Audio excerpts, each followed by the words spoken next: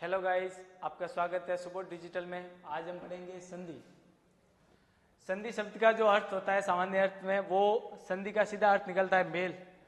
और व्याकरण में संधि का अर्थ दो या दो से अधिक ध्वनियां या वर्णों के परस्पर मेल से जो परिवर्तन या विकार होता है उसको संधि कहा जाता है। यहाँ पर कुछ संधि के उदाहरण दिए गए हैं, जैसे रमा धनिश।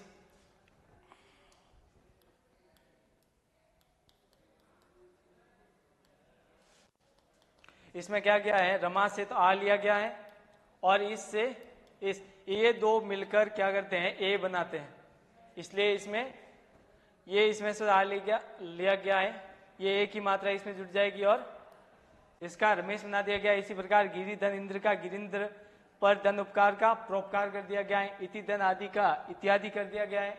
सदा धन एव, ये सदा धन एव, इसका इसमें से आ लिया गया है और इसका ए, ये दोनों आई बन गए इसलिए ये सदैव हो गया है। इसी तरह सुधन आगत, स्वागत बन गया है। फिर दो वर्ण अथवा ध्वनियों के परस्पर मेल से उसके मूल रूप में जो विकार या परिवर्तन जो भी उत्पन्न होता है उसको संधि कहते हैं। और जो संधि होती है वो केवल दो ध्वनियों के बीच में होती है, यहाँ तो वो स्वर और स्वर के मध्य होगी, यहाँ फिर स्वर और व्यंजन के मध्य होगी। इसमें दो जो शब्द होंगे उन दो शब्दों के मध्य संधि नहीं होती। फिर आता है संधि विच्छेद। एक तो होता है कि दो वर्णों को मिलाकर, दो वर्ण जो होते हैं, दो ध्वनियां होती है, उनको मिलाकर संधि की जाती है। एक होता है जो संधि विच्छेद कर दी जाती है, यानी कि दो वर्ण होते हैं उनको मिला दिया जाता है, यानी संयुक्त शब्द होता है उसको अलग अलग कर दिया जाता है। जैसे इसकी परिभाषा है कि दो वर्णों के परस्पर मेल से नए शब्द को पुनः पहले वाली स्थिति में लाना संधि विच्छेद कहलाता है। यानी कि जो संयुक्त शब्द है उसको अलग अलग करना, तोड़ देना, वो होता है संधि विच्छेद। इसके यहाँ उदाहरण है अधिकांश, यानी अधिक धन अंश से ये अधिकांश शब्द बनाए, और सूर्योदय ये सूर्योधन उदय से बनाए। फिर महात्मा महाधन आत्मा से बनाए, निषेध निहधन छेद से बनाए, वांग में वाक धन में से बनाए, और नमस्ते है जो नमःधन ते से बनाए। ठीक है। अब है संधि के भेद, यानी कि संधि के मुख्यतः तीन भेद होते हैं। एक होता है स्वर संधि, दूसरा होता है व्यंजन संधि और तीसरा है विसर्ग संधि। हम आगे इनके अंदर अलग अलग इनके जो उपभाग है उसके बारे में भी पढ़ेंगे।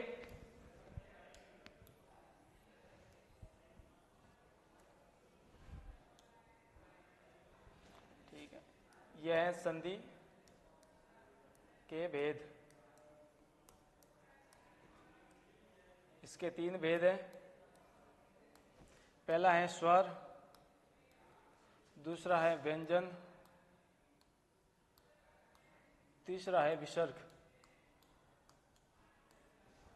इनमें स्वर के भी आगे जाकर उपभाग बदलते हैं, आगे जाकर ज्यादा फैलती है, और व्यंजन के विसर्ग से इन सब के आगे जाकर अलग अलग भाग होते हैं, वो हम आगे जाके पढ़ेंगे। अब है पहला है स्वर संधि।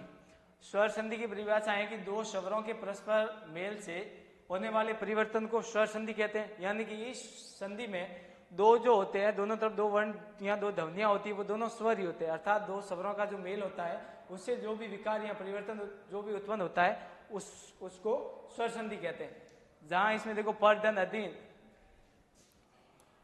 पर धन अधीन,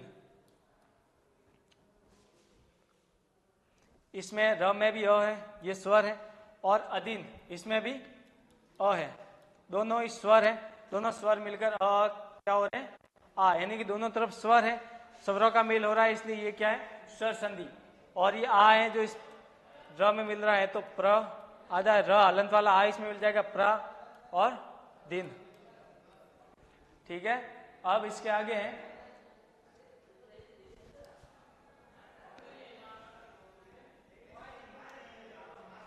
अब है दया धन आनंद।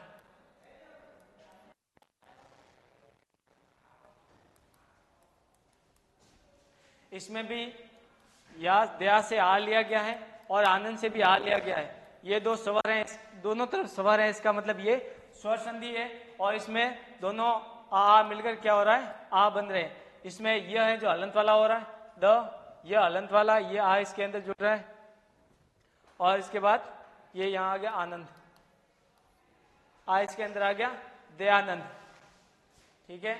अब एक और है शुभ धन इच्छा।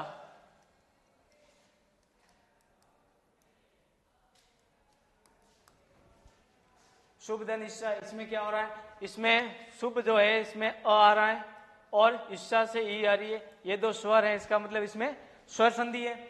और अ और ई मिलकर ए बना रहे हैं, तो इसमें सु ब है जो हलंत वाला है और ये ए इसमें लग जाएगा ब में, इसलिए ये बे हो जाएगा और पीछे छा नहीं शुभेच्छा। ठीक है।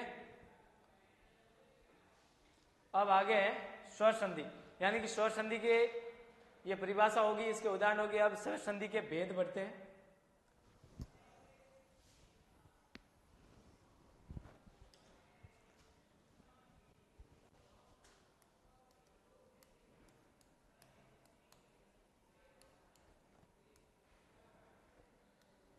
स्वर संधि का पहला भेद है दीर्घ। ठीक है, दीर्घ संधि। दूसरा है गुण संधि।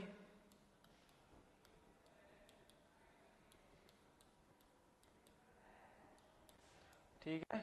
तीसरा है वृद्धि संधि।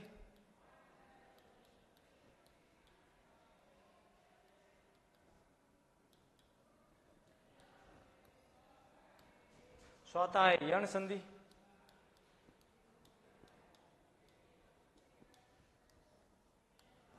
और पांचवा है अयादि संधि।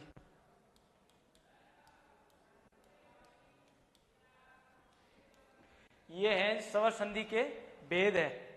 ठीक है, पहला है दीर्घ संधि, दूसरा है गुण संधि, तीसरा है वृद्धि संधि, चौथा है यण संधि और पांचवा है अयादि संधि। ये है, ये स्वर संधि के आगे उप जो भाग है इनको विस्तार से पढ़ेंगे। ठीक है।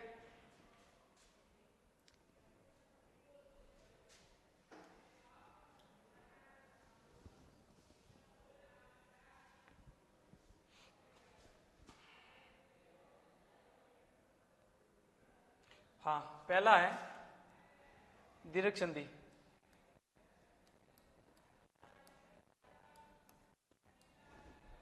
दीर्घ संधि में क्या होता है, यदि ऋस्व या दीर्घ स्वर अ ई उ के बाद अन्य ऋस्व या दीर्घ स्वर अ ई उ आए तो दोनों के मेल से दीर्घ स्वर यानी आ का आ बन जाता है, अ का आ बन जाता है, ई का बड़ी बन जाता है, उ का भी बड़ा उ बन जाता है।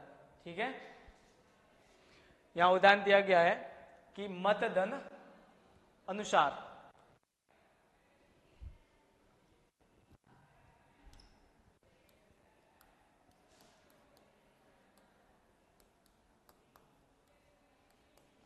मत धन अनुसार, इससे क्या लिया गया है अ, इससे क्या लिया गया है अ, यानी कि दोनों तरफ अ और अ है। इसमें भी देखो ये अ है, ये और ये अ, यानी कि दोनों तरफ अगर अ है तो उसका क्या बन जाता है आ।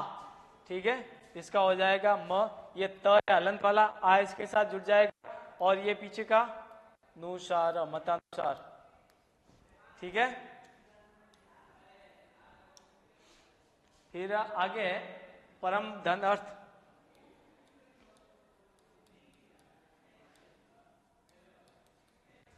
यानी कि इसमें अ है, फिर ये अर्थ में से भी अ लिया जाता है, ये अ और अ मिलकर क्या कर देते हैं आ बना देते हैं। इसलिए पर ये म है हलंत वाला है, इस आ इसके साथ जुड़ते ही माँ हो जाएगा और ये अ तो बाहर निकल गया है, केवल रक्त रहा है परमार्थ। ठीक है।